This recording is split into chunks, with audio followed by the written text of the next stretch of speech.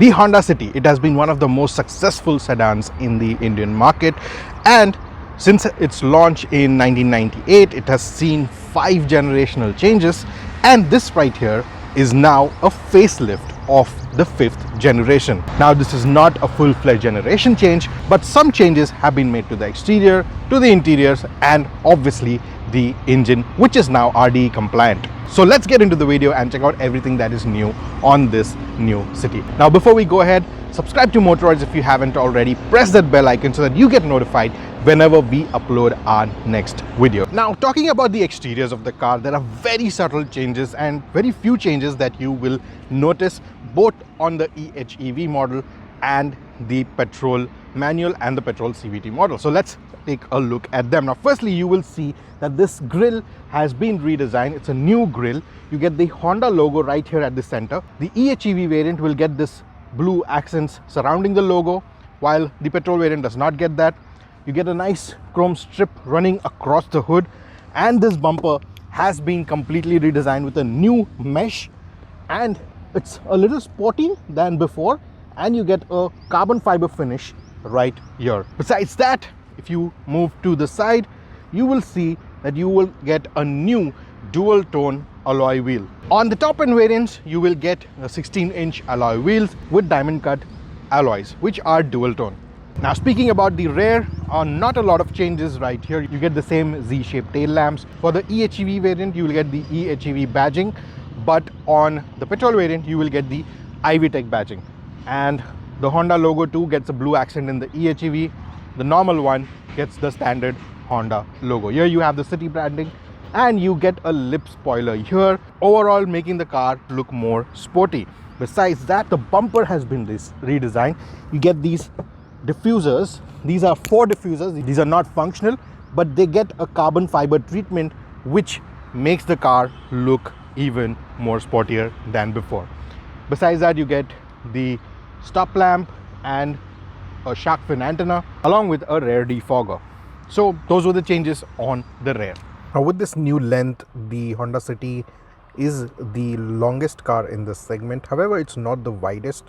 The Skoda Slavia and the Volkswagen Virtus are a little wider, and the Slavia and the Virtus get the longest wheelbase as well.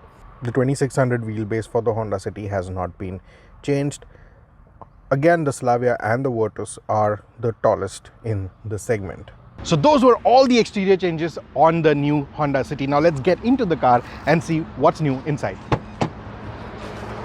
Now, speaking about the door panel, there's nothing new. It gets a dual tone finish. You get black and beige. This is soft touch material. This is hard plastic, and you get all the controls for the power windows and the ORVMs. 1 liter bottle holders and some space to hold your knickknacks. So nothing new here. It's the same old door panel, but there are few changes inside, so let's check them out. Now what you'll see new over here is firstly the steering controls. Now you get a cruise control button here. You also get ADAS features in the petrol variant. Now you have all the controls right here. So this is for the lane keep assist, you have adaptive cruise control, and you also get the braking mitigation system as standard. So you get all the ADAS features on all the variants except the base SV variant. On the EHEV, you'll see a new wireless charger which has been placed right here. You obviously get the electric parking brake, and you have the drive selector right here. Here you have 2 cup holders, some more storage space for your phones, etc. Besides that, what you will see is this carbon fiber finish on the dashboard. This is not carbon fiber, it's just a finish. You get some soft to touch materials right here, and this right here is hard plastic.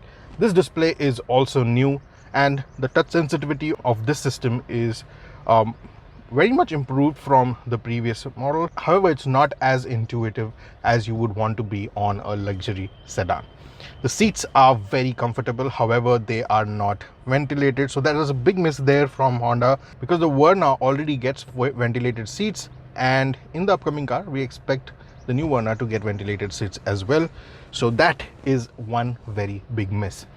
You get automated ORVMs, you have a small sunroof right here, you get mirrors on both the visors, however these are not illuminated. Now the instrument console of the new Honda City is now completely digital. We used to see this on the EHEV variant, but the petrol variant also gets the completely digital instrument console now. You have digital readouts for the speedometer, and these dials that you see, these are all digital, they are not analog. So you get digital readouts for speed, you have fuel efficiency. It will also show you in the EHEV mode, it will show you the charging, and it will also show you what mode the car is in, if it's in EV mode, if it's in engine drive mode, or if it's in the hybrid mode. In the petrol, obviously you won't get all that information, but you will get average fuel economy, your trip meters, and all the ADAS controls and ADAS warnings will be shown on the screen. Another feature that the Honda City gets is it does not get a 360-degree camera. However, it gets a camera on the left ORVM. So whenever you turn on the left indicator, it will show you a display right here on the screen, which is pretty nice, because sometimes there are some intrusions and you cannot see their ORVM. So you get a clearer picture of what's happening behind. However, since they had put one camera, another camera wouldn't have hurt, and you would have got a 360-degree view camera. So again, that could have been added by Honda, since this is an update, and one small feature could go a long way in improving the feature list of the car.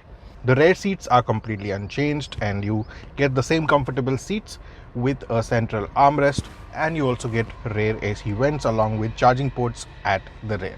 And this one produces a combined power of 126 PS.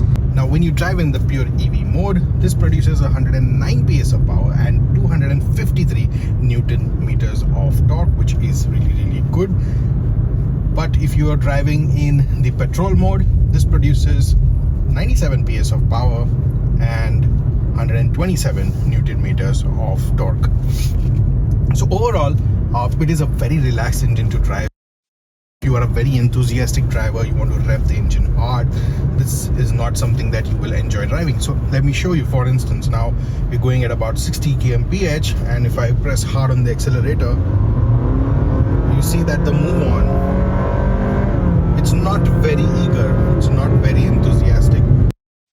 0 to 100 comes in at about 11.5, 11.6 seconds. So it's not one of the fastest or the most enthusiastic cars to drive. And handling, however, is really good. It's a very comfortable car to drive. The suspension is really good, and overall the steering is also very precise. It weighs up very nicely on the highway. It's very light to drive in the city as well. Now, besides these driving dynamics, what this car gets is a suite of ADAS features, in which you will get adaptive cruise control. So if your cruise control is on, for example, 80 kmph, but however the car in front of you is going slower, say at 70 kmph, this car approaches the car in front, it will gradually reduce the speed and match it to the car in front. So that's how the adaptive cruise control works, and it is very useful when you are driving on the highways. Now this also gets the lead car departure warning, which means that if you are at a traffic signal and you are stopped, whenever the car in front starts moving, this car will give you a warning, which will be an audio visual warning that the car in front has started moving, so that you just tap the accelerator and the car will start, and your car will also start moving. You also get braking mitigation system, which allows emergency braking if there is any obstruction. It could be a pedestrian, it could be a car in front, and if at all you are not paying attention and some obstruction comes in front of you, the car will apply the brakes automatically. Now when it comes to fuel efficiency, you're looking for a very fuel efficient engine, the EHEV is the way to go, because the claimed fuel economy, however, is fuel efficiency is about 27 liter. In the real world, you will easily get anywhere between 20 and 21. Now the meter right now shows 17 kmpl, but in very harsh driving conditions, I mean, we've been testing the car, pushing the car, and which is why it still shows 17 kmpl. You will get a very good fuel economy in the traffic as well, because that's when the EV motor, the electric motor, runs the most, and it will give you a lot of savings on the fuel, because mostly the engine will be running on the electric powertrain. So let's test out the lane keep assist. So it activates after a certain speed, so you have to be somewhere around 65 to 70 kilometers, and it has to have visible lane markings like you have on the road right now. And suppose you're drifting away from the lane, the steering, it will correct the lane and bring you back. So that is a very interesting feature. That's how it works. Now we are driving the petrol variant. This is not the hybrid variant, but pure petrol variant of the all new Honda City. Now this one comes mated to either a 6-speed manual, which we're driving, or a 7-speed CVT gearbox. Now this iVTEC engine puts out 121 PS of power and 145 Newton meters of torque, and the claimed fuel efficiency is between 17 and 18 kmpl. Now in terms of performance, the manual one is much more engaging to drive, and if you're someone who loves driving, who enjoys driving a lot, will appreciate this gearbox. The eCVT variant on the other side is very easy to drive, and you will hardly feel tired when you're driving in the city traffic. In talking about the manual, the clutch action is pretty light. The throws are a little long, but they are smooth. They are not notchy. They don't get stuck. So as you can see, very easily I can shift the gears without any issues. Besides that, this one also gets all the ADAS features like on the EHEV variant. And the manual Honda City is now the only car in the Indian market right now which gets adaptive cruise control on a manual gearbox. So that's a first for this city. In terms of handling, the steering wheel is pretty precise. It gives a good feedback from the road, and overall the handling is pretty good. You will have fun while driving the manual gearbox. Even in the city, it is pretty light, so if you're in stop-go traffic, you're not going to have a lot of trouble driving this car. In terms of the suspension, it's a very comfortable setup, and you get a pretty composed drive while you're on the highways as well. Overall, it is a very comfortable to drive on the highways, and a very easy car to drive in the city as well. The NVH levels, on the other hand, are not very well contained. As you can see, you can hear the engine roaring at about 2000 RPM, and the sound is very heavy in the cabin as you rev the engine. So that is one improvement that Honda could have made, is in controlling the NVH levels. So that's what I was talking about. The revs, when you rev the engine hard, the engine sound is very evident. Now let's talk about the variants and the pricing of the new Honda City. Now Honda has introduced a new variant which sits above the current base variant, which has helped them significantly reduce the entry-level price of the Honda City. Now the new variant is called SV. Now with the introduction of ADAS on all the variants except the starting base variant, plays in the favor of the new Honda City. It has always been a very comfortable car to be in, and it is now has enhanced its safety suite as well with the ADAS features. So it is a pretty practical car. If you're looking for a sedan for a family of 4 to 5 members, you can easily drive this car on longer journeys and be comfortable.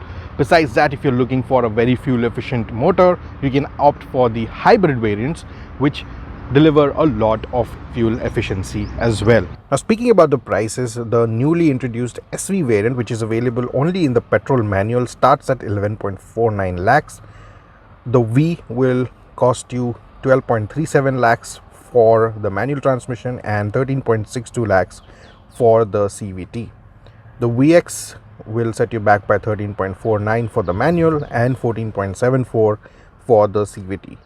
The ZX, which is the top end, will cost you 14.72 lakhs for the manual and 15.97 lakhs for the CVT. For the EHEV variants, you will get the V for 18.89 lakhs and the ZX for 20.39 lakhs. All these prices are ex-showroom Delhi. Now the top end variants also get rain sensing wipers, and you'll also get the PM 2.5 cabin air filter. New City is now available in a total of 6 colors, and there's an introduction of a new color called the Obsidian Blue Pearl. Then you have the Lunar Silver Metallic, which you see in this video. You also get the Golden Brown Metallic, Radiant Red Metallic, Platinum White Pearl, and the Modern Steel Metallic. Currently, this is the only sedan that offers ADAS features, but the Hyundai Verna is going to be launched soon, and that one too will come with ADAS features. So the City will receive a lot of competition from the Hyundai Verna, and we will have to wait and see for when that car launches and see how both the vehicles compare in terms of features and in terms of pricing. Now till that happens, you can definitely check the Honda City out and test drive the vehicle if you're in the market for a new sedan. And in the Hyundai Verna, you will not get the hybrid tech. So yes, if a fuel efficient hybrid motor is what you're looking for, the Honda City could be your pick. Speaking about the differences in appearance of the EHEV and the petrol variant, the Honda logos at both the front and the rear have a blue accent, a blue halo around them. The EHEV variant gets disc brakes at the rear, while the petrol variant gets only drum brakes at the rear. Besides that, overall, the look of both the cars is very similar. Let us know what do you think about this car. If you have any questions, put them down in the comments below. Subscribe to Motorides if you haven't already. Press that bell icon so that you get notified whenever we upload our next video. This is Vipul signing off. I'll see you in the next video. Until then, rev hard, rev free, and drive safe.